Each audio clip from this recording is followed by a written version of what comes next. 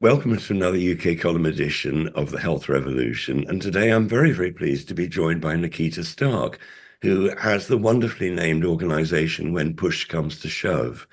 And the very first show I did, I think it must have been 2014 or something like that, here on UK column was with Natasha Campbell McBride, who is absolutely brilliant when it comes to children and particularly reversing the symptoms known as autism. So I wanted to bring somebody else back who has the most fantastic information that people who are pregnant or thinking of becoming pregnant really, really need to know. So I'm super pleased to have you here, Nickita. Thank you. Thank you so much for having me, Clive. It's a pleasure. So, how did you get started in all this? Well, I suppose my obsession with birth began after my first daughter was born in 2008. And it was an awful, awful birth experience. The trauma ran deep for quite a long time. Um, I'm fine talking about it now, but I had a really difficult time speaking about my childbirth experience for quite a while. But it was so bad, and I spoke to my grandmother about it, and she said something that changed my world. So my grandmother had 7 children, and I couldn't believe she'd done it 7 times because of what I had experienced was so vile. Um, I thought, how did this mad woman do this so many times?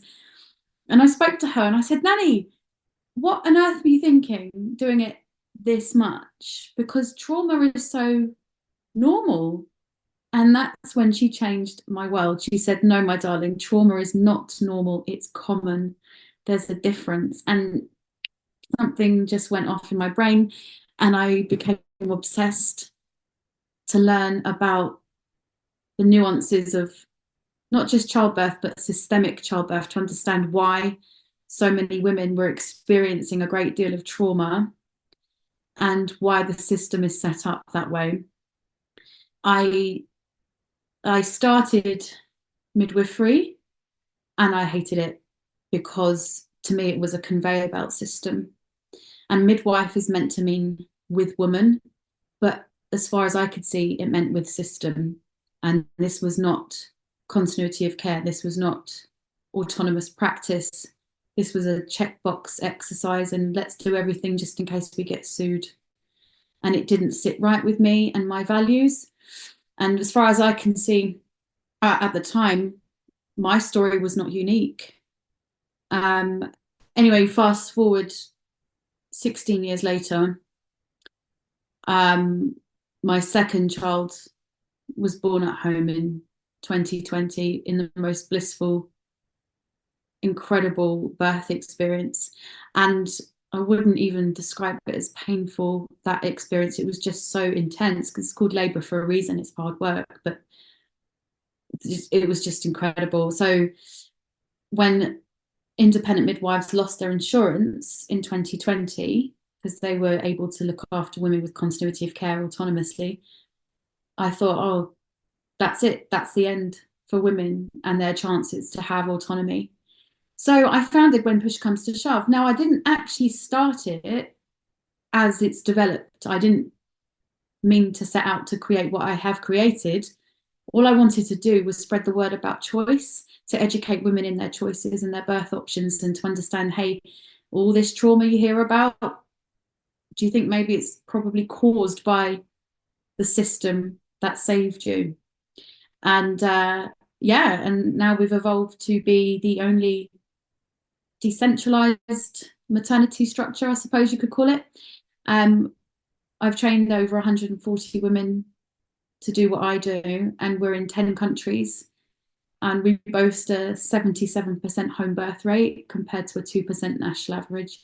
And we have only a 7% cesarean section rate, and 100% of our babies are breastfed. And I believe a few years ago, the cesarean rate was more like 3%, but correct me if I'm wrong there. No, the cesarean section rate from the 90s was around about 15%, but we're now approaching 50. Wow. And is that because they want to go home at 5:30 on a Friday afternoon and don't want an inconvenient birth at 2 in the morning? There's certainly an element of that to it, and it's pretty layered. Um, I think the main reason is over medicalization of birth. So when you start one intervention, there will be a cascade of more interventions that will lead to the emergency cesarean section. The other major problem is education, both for midwifery, students in midwifery, and women. So it's kind of bizarre. So if a woman's getting married, she will spend a fortune on the wedding, and she will spend a long time researching into the dress, the venue. But when it comes to birth, seldom do women research it because they believe it's taken care of. Um, but it wouldn't happen in any other arena. You wouldn't go to a hairdresser's and say, "I'd like a fringe, please," and they go, "No, we only shave your head here." You wouldn't go, "Okay." You'd go somewhere else. But women don't realize they have a choice. Like when they're being told you have to be induced, you have to have a C-section, or whatever the intervention is, it's almost like they assume it's law, not a guideline. And further still, I don't think. I mean, I surveyed hundreds of midwives, and they didn't know the answer to this. Maternity care is only 8% category A evidence based. So when you're being told you have to have this, you have to have that, the likelihood is it's not based on any evidence whatsoever. And I think that's probably true of pretty much every medication that exists. They certainly haven't done interactions between this medication and the other 12 they're going to try and give you. And the financial incentive for the pharmaceutical industry to convince doctors that what they're offering is the only sensible way is unreal. I think women, they enter the system happy and healthy, and many leave downtrodden and traumatized, and they believe their body has failed them. And I hear all the time, "Well, I actually had to have this C-section because my baby's heart rate went down," or whatever the emergency was. And it's almost like they come away with a slight sense of Stockholm syndrome. I know I did. But I want women to understand that they didn't do anything wrong. Their bodies didn't fail them, the system failed them. Of course, you're going to have issues with, and generally speaking, women's diets are terribly poor, processed food, not enough protein.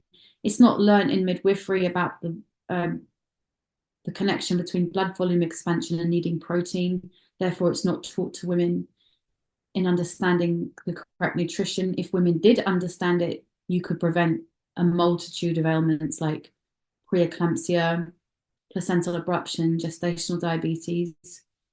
So when women say, "I'll give you a really common scenario," and I'm sure many people watching this will go, "That happened to me." And if you are triggered, get on the phone. We can help you through your trauma. So a woman's told, "You're overdue." This is utter nonsense. Like babies don't have an eviction date. They come when they're ready.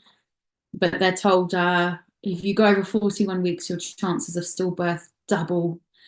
And that's really intimidating and frightening. And of course, you'll acquiesce to what they want you to do because the words double, that's frightening. But maybe if we pause to ask them, double of what, please? Is it 1 in 5 to 2 in 5, or 1 in 700 to 2 in 700? Because the real statistics, after 41 weeks, it's 1 in 768, I believe. And then it goes down again after 42 weeks. So they're brought in for an induction. And just to, I need to backtrack a bit to explain how physiological birth works so you understand how the induction can interfere. So the main hormone involved in birth, amongst others, is oxytocin, which is a love hormone. And it goes to our brain. We have that euphoric birth bubble, which feels incredible if we're just left to get on with things. But with induction of labor, there are a few drugs, but the one women meet more often than not through an induction process is a drug called syntocinon. And if you're watching this in the States, you'll know it as Pitocin.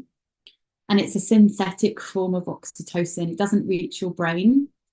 You don't get that nice euphoric feeling. And what it does is it kind of rams your uterus over and over again with unnaturally strong, hard, painful contractions, which of course will lead to a woman saying, I need an epidural because it's so hard to bear.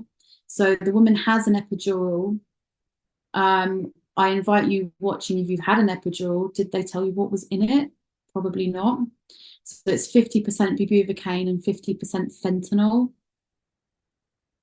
And they'll tell you, you know, when you're pregnant, don't smoke, don't eat raw milk or even liver. And then when you're in labor, we'll pump you full of opiates. Like, it's nonsense. So then they have the epidural, which means they're rendered on their back in the lithotomy position, so supine, you know, laying on your back, legs in stirrups. Now, the problem with that, women can't listen to the rhythms of their body. They can't move their pelvis to an optimal position to help baby come down. They're essentially pushing uphill. And then the epidural slows the labor down. So then they up the syntocinon to counteract that. You're not feeling the extra pain of the contractions because of the epidural. But in the meantime, because the contractions have made your uterus hyperstimulated, you're compromising oxygen flow to the placenta. And then out of nowhere, you'll be strapped to this machine and loads of people will come in because these BP machines are telling people your baby's in distress. Well, yeah. And then they take them for a cesarean section or an instrumental delivery, so using forceps or a ventouse suction, like a vacuum. And the poor woman is in a state of, oh my God, my body failed me. Thank God I was here. Now, I'm not here to say everyone should home birth because I don't believe in any dogmatic approach. What I believe in is choice. And I feel if more women were educated, they probably would choose home birth. But because of the hormones involved in labour, you have to give birth where you feel safe. Now, here is the problem with a hospital birth, if indeed you are fearful of the environment. Let's say back in the day, you know, thousands of years ago, if we were wandering the land as we used to, and our body was about to go into labour and we're releasing all that lovely oxytocin, we see a predator and our body signals to us it's not safe to give birth, you're going to get eaten. So all that lovely rich oxygenated blood to the uterus has to divert and it will go to your arms and legs ready to fight, fly or freeze. And this happens because we release something called adrenaline, and adrenaline stops your oxytocin. Now, we may not have the same stimuli anymore, hopefully not, but we do have adrenaline stimuli. So just think of what stimulates adrenaline: bright lights, feelings of being observed, BP machines, hearing other women give birth, and strangers putting their hands inside of you. Just think about this for a second. I want the audience to think about the answer to this question. Why do women need a vaginal exam during labour? What do you think the answer is, Clive? I can't see a reason why they'd want it other than the pleasure of the doctor giving it. So they tell you it's because they need to assess your cervix and how dilated you are before the baby can be born. But why? Because if I were to tell you a midwife was examining a woman at 4 p.m. and she found her cervix to be 5 centimeters dilated, and a baby has to have at least 10 centimeters, that's questionable because all babies are different size. But for argument's sake, the cervix must be 10 centimeters. Well, at 4 p.m., when you discovered that woman has a 5 centimeter cervix, what does it tell you about the future? It just tells you where she is in that very given moment. That's it. And unless her cervix is a crystal ball, you're not going to be able to predict how dilated she's going to be in 4 hours or even 10 minutes, because your cervix can go from closed to fully dilated in 10, 20 minutes, if that's what the body's doing, or it can take hours. So what you're doing is introducing the risk of infection, making the woman uncomfortable. If she's, and if a woman's been abused, this is just amplified. And the cervix can close back up. So for what? Why? And then, but we as, women with mother wound and ancestral trauma, we have become these handmaidens that just say, yeah, sure, without questioning why, because we're assuming that someone in authority is doing the best for us. And then they use your cervix as like they're like the world's worst bouncers. Well, unless we give you a vaginal exam, you can't come into the birth centre, or you can't come into the labour ward. What? How about informed choice? Here's why I'd like to give you a vaginal exam. You can accept or decline. What would you like to do? No, it doesn't happen like that, unfortunately. In hospitals, do you think the doctors and midwives are completely asleep, or do some of them wake up and have to quit because they see the realities of it? What percentage wake up to, hang on, this isn't right? Well, I wish I knew the answer to what percentage have woken up, but a lot of them are at when push comes to shove now. So they've left midwifery and they're practicing as a birth keeper with us. So they're not doing anything clinical or medical, and they're not under the NMC, the Nursing Midwifery Council. They're practicing holistic, non-clinical care and autonomous. And this is why we have such a high home birth rate, is informed choice. And pregnancy is not a medical procedure. Sometimes it will need help, but very rarely. So, I mean, so often women say to me, well, look, I'm going to go to a hospital or a hospital birthing center just in case. They say, well, what if there was an emergency at home and the nearest hospital is an hour away? Do you know the percentage roughly of that? How often actually a home birth, well, you must know, how often a home birth does need a hospital visit? And if so, generally speaking, how much time do you have to get to the hospital if that's absolutely necessary? The last time I transferred someone was 4 years ago. So that's good to know. But that doesn't mean to say it doesn't happen. And there are risks with every choice. You've got a much higher chance of having your birth sabotaged going into hospital. But that isn't to say you don't have a risk of a problem occurring at home. None of them are risk-free. The problem we've got is we've lost our connection to our wisdom. And because we're in our head all the time, because of a fear-based society, fear culture, fear, from parents' upbringing, we're always in our head. And I think the presence of intelligence without wisdom is dangerous. And when women actually connect to their divine wisdom, they know what to do. And this is not to say if you do that, bad things can be prevented. No, it's about choosing the right path for you. So if a woman is well nourished and she's not in survival mode, she's not in fight or flight during pregnancy, she's not carrying around a load of trauma, which we all are, but we need to be in the healing process rather than never have started. The chances of any intervention needing to take place is very, very low.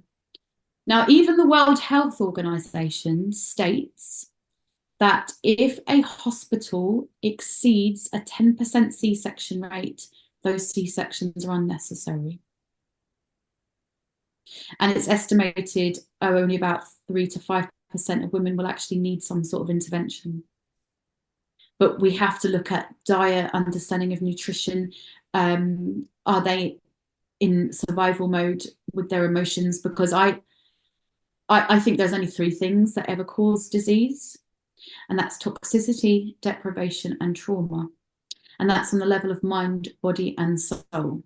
And if you address all 3, you're certainly heading in the right direction. Now, when it comes to childbirth, so questions I get a lot is, well, women used to die all the time in childbirth, so that's why we go to hospital now. And I can see their point of view there, but we need to have a macro view of things here. So poverty is the #1 cause of issues in childbirth still today.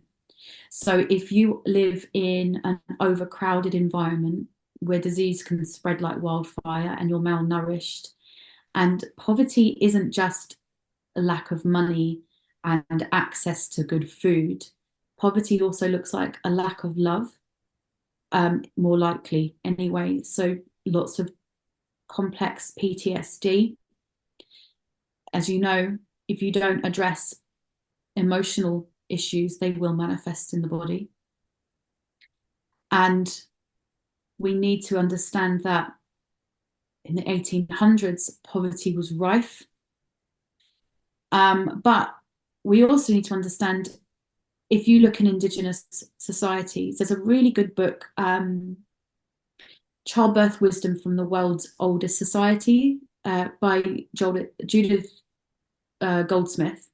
And she found that in indigenous cultures, if they are well nourished and they're not in survival mode, the infant and maternal mortality rate is next to nothing. But there is no black and white view here in birth. And it's dangerous when you have a side, home birth, hospital birth. We need to come away from that. We need to come away from seeking external salvation, external validation, and we need to start going within. Because if you don't go within, you will go without. We need to start healing generational trauma and cutting this crap and stop repeating things over and over again. Our parents, grandparents, yes, they had suffered great trauma through wars, etc., etc., the patriarchy and how women were treated, but we get to change this now. And if you want a good birth, understanding birth education and all the knowledge that comes with it is great, but it's only one level. And unless you do the deep inner work, ready to cut the generational trauma and understand your core wounds, the birth education is almost superficial. So when push comes to shove, I bring the two together. You have to feel, reveal, and heal. And women, it's not your fault. Your trauma, your past is not your fault, but it is your responsibility, if you're ready and willing, to start going within to make the change so our children don't have to suffer. Well, that's brilliantly put. I wanted to ask you, some years ago, I interviewed Elena Tonetti, who made that wonderful film, Birth into Being. And one of her things was to dispel the myth that birth has to be painful and how to teach women how to make it orgasmic rather than painful. How often do you see a pleasant birth? I mean, that actually is without the real agony that people are afraid of. I can't remember the last time I saw a dramatic, painful birth. I can't remember. Brilliant, brilliant. And so it's obvious that if somebody's coming out of the medical profession, this is a brilliant thing to consider. But what about a person who hasn't had any experience with the health world? How long does it take for somebody to train to do what you do? They actually have an advantage because they're not indoctrinated with interfering, and they don't have to reprogram themselves. We have to say to a midwife, sit on your hands. You don't need to do anything, just love her. That's what we have to do. We just have to love each other. Understanding birth is so important, but understanding your triggers and your core wounds is probably even more important to heal yourself so you can actually be with women. Now there's two main pathways to train with us. Got the doula course. I've renamed it the Childbirth Companion and Advocacy course for political reasons, which I won't get into now. And what this involves is a 6-week online course. Now, I say 6 weeks because you can do it in 6 weeks, but most people take about 4 months to complete it. Everything's online, but we do have monthly student-teacher webinars on Zoom because we have to get to know each other, to know the sisterhood, to know the tribe, to know your mentors. And after you've done 5 births under a mentor's guidance, then you are a fully recognised when push comes to shove birth worker. that's usually the place people like to start. If you are a former midwife or you are a real birth nerd, as we call it, then we have our sister company, which is Artemis Academy, and it's a year-long birth keeping training program. Very, very similar way of training. All the content is online, so as soon as you enroll, you can start straight away. We've got 20 guest lecturers. So myself and Angela Chamberlain, who founded Artemis Academy, she's an award-winning midwife, and she left the system and she joined when push comes to shove. We know a lot, but we don't know everything. So we've got guest lecturers from nutrition experts to homeopathy, cranial osteopathy. We work in conjunction with the Autonomy Hotline, which is an advocacy structure.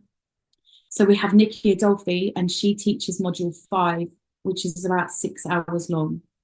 And there are 55 modules, by the way, just to give you an idea of how long it is. But she has a master's in medical ethics, and she's a lawyer. So she teaches the human rights, understanding how to navigate the system, which is what we specialize in when push comes to shove. We get lots of social services cases for women that have had unusual choices, i.e. they've chosen to free birth, so no medical attendance, which is totally legal. You can free birth, you don't have to engage the system. But then they've been referred to social services because of their choices, even though it's not in their safeguarding thresholds. And it says actually in the code of conduct that you can't refer someone for free birth alone. So we deal with many social services cases, but we teach this in the courses. And the main thing we focus on before you learn any of the birth education, you could go within. We start you or help you continue your healing journey yourself, because you can't attend a birth if you're in survival mode, if you react rather than respond. If you have to start your healing journey. So those are the 2 main options to train with us. It's fantastic. And let's say somebody is just about to give birth and they're worried, for instance, that tearing might be an issue. Maybe they need to learn about the joys of magnesium before birth and after and so on. What if somebody's just about to give birth soon? What are your top tips right now, apart from study everything that you just explained? Okay, don't ever make a decision from fear. Make it from a place of love and authenticity. Go within and listen to yourself. Your body knows exactly what to do. If you were in a coma, your head wouldn't need the input. It would just give birth. And think about it like this. You don't at 4, 5, 6 weeks pregnant go, oh my God, how do I grow the kidneys? Your body just does it. And your body will just do it too if you get out of your own way and get out of your head.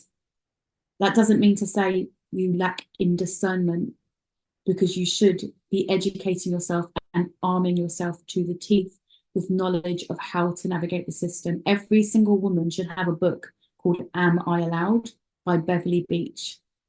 This has many of your rights laid out, your choices. We have a little mini course, which is only £150, and it's called the Childbirth Preparation Masterclass. Get 50% off if you are on a low income. And the other thing we do, we provide you with birth keepers and doulas throughout your entire pregnancy. So get in contact if you would like holistic, non-clinical care. We have a directory in over 10 countries. And we also have something called the Beverly Beach Project. So Beverly Beach is the author of Am I Allowed? And she was my mentor. And she passed away last year. And she left me her book. So I'm writing the 5th edition. And she wanted all the money for Am I Allowed to go to when push comes to shove. So what we've done, we have an access fund, which is the Beverly Beach Project, which means we're trying to get together a pot of money. So if anyone on a low income can't afford our services, we will pay for them to have care. And at the current rate of demand, are there enough birth keepers around? No, we need an army. We can't do this on our own. We need to train as many women as possible. And dads, we have a daddy doula course. So if dads want to learn how to hold space for the mothers of their children and to help protect the birthing circle, come and train with us. It's separate just for men. It's a men's space. And also, I recommend someone called Mark Harris. He's a colleague and friend of mine. He's a male midwife, and he runs a Facebook page called Birthing for Blokes. He's awesome. And he also invented the 3-step rewind, which is to help birth trauma. We have 2 main practitioners at When Push Comes to Shove trained in 3-step rewind. So if you do have a traumatic birth experience that you want to transcend, we can help you with that. It's a one-stop shop for women's health. We have someone who specializes in fertility. Her name's Tasha, and you can find her on Instagram, TLC Doula. So right from preconception, we have a biological dentist who can help with, we have everything to help with women's health, but specifically birth. And water births, are they a top choice? They're a really good choice. It's a very nice transition from baby, because obviously they're floating around in water. So transition from water to water is very calm. I gave birth in water, caught my own baby. It's just incredible. You're less likely to tear as well. Yeah, wow. Caught your own baby. That's very cool. Yeah. Cool. I think every woman should catch. If I'm at a birth, if I see the baby's about to come, I'll say, ready, catch your baby. Because the first hands that touch that child should be the mother, not me. Clearly. Not a glove. Yeah. Was that, I mean, my baby was born literally reaching out to me. She was in what's called the compound presentation. So she came out like this, hand first. But it was so beautiful. I was like, oh my God, you're literally reaching for me. And she came out, I put her on my chest. And it was the most healing experience of my life. Wow. And in the hospitals where they put a little cap on their head, what's that about? Oh, when they say we're just going to put a little clip on your head, on the baby's head. It's not a clip, it's a screw. It's actually a screw, like a coil. And they pull it out by the skull. Is that what you mean? They put it into the fontanelle in the soft spot. It's a little screw, and they do it to monitor the baby's heart rate. But there's a massive nuanced understanding before it gets to that. So, for example, CTGs, cardiotachography, there's 2 straps they put across women's belly to see contractions and heart rate. There is no evidence that CTGs are any good. None. And in fact, they cause more C-sections than they prevent. So, especially on a larger framed woman, and they can't pick up the heartbeat very well, or if mum has the audacity to want to move around and listen to her body during labour, and the CTG keeps moving, they're like, oh, we're going to put a little clip on your baby's head to pick up their heart rate. Now, in the guidelines, it says after induction, CTG is recommended. It doesn't mean to say you have to say yes. You can ask for intermittent monitoring or none at all, if that's your preference. But as you see, it's a cascade. You start the induction, you'll have the epidural. The epidural, you'll have to have the CTG. The CTG, eventually you'll probably have to have a little clip. And then on 2 delivery, forceps, C-section, whatever it is, then you've got painkillers after birth. Then your breastfeeding is interrupted. So with the C-section, for example, all C-section babies are born with something called wet lung. They don't have a proper squeeze through the birth canal. And because they were denied the microbiome seeding to go through the vaginal canal, C-section babies are far, far more likely to have eczema, asthma, allergic to many things, obesity, diabetes, because of the method of birth. Now, this is not to shame any mother who's had a cesarean operation. It's not my intention at all. And in fact, if you choose to have a cesarean or you need a cesarean, there are things you can do to help with the microbiome seeding. And if you want to learn more, please contact me and I'm quite willing to help you. And we'll find a birth keeper in your area to support you. If somebody suddenly walked out of the jungle right now, they've been living there unaware that the West existed, and they just heard your story, they would say, well, this is satanic. This is pure evil. How can they be doing this? Yet everybody just goes along with it. I don't really understand. You're absolutely right, Clive. I never thought about it like that. They would certainly have a bit of a head scratcher going on. Like, doing what? It doesn't make any sense. Putting all women on their backs, pushing uphill, and then gaslighting them when they couldn't push their baby out and telling them, we're going to have to cut your perineum now because you're no good. And then women feel that their bodies have failed them. No. I mean, this is how the medical profession works to a large degree. They say to people, you've got an autoimmune disease. Your body has let you down. It's fighting against itself. And generally speaking, this is an excuse for the fact that earlier we gave you a pharmaceutical drug that's now damaged your body. We don't want to admit to that, so we're going to blame it on you. Your body's going wrong. You've got autoimmune. It's your fault. Because that's what happened to me 40 years ago. I took an antibiotic for something trivial. Next thing I know, I'm in hospital, type 1 diabetes, arthritis, can't walk. And they say, oh, no, it wasn't the antibiotic. Of course not. Your body's let you down. No, it didn't. Gaslighting. And then the other element as well, which is always ignored in the West, is the emotional trauma. So if you don't listen to your body's cues, eventually it's going to give you a really big push. So, like I said earlier, toxicity, deprivation, and trauma. Let's look at that on the level of mind. So if you've grown up in an environment where most women have one of three core wounds. I'm not enough, fear of being rejected, and fear of being abandoned. And if you've got that constant fear inside you and you're triggered all the time and you're not able to regulate yourself. If you are afraid, say you've got a terrible relationship with your mother and you're not enough, women tend to store that wound in their root chakra. And then you end up with things like endometriosis, colitis, vaginal problems. If your core fear is here and you don't feel you can speak your truth, you end up with thyroid problems, throat issues, self-love, lack of self-love in the breast cancer. That emotions will manifest in the physical if we don't pay attention to the cues. But that inner peace everyone wants to feel, it's under the uncomfortable feelings we don't want to go to. We are not living in our bodies, we're living in our heads, and we wonder why we have so many problems. And if you're looking at the body and addressing everything, you're doing everything right. So we hear this all the time. I don't get it. I eat right. I'm healthy. I take exercise, and all this is going on. Well, yeah, because health is not just your body. You have to look at mind, body, and soul, and see which toxicity is there, which deprivation is there, which trauma is there. Are you surrounding yourself with negative people? Are you surrounding yourself with narcissists? Are you depriving yourself of self-love, self-care?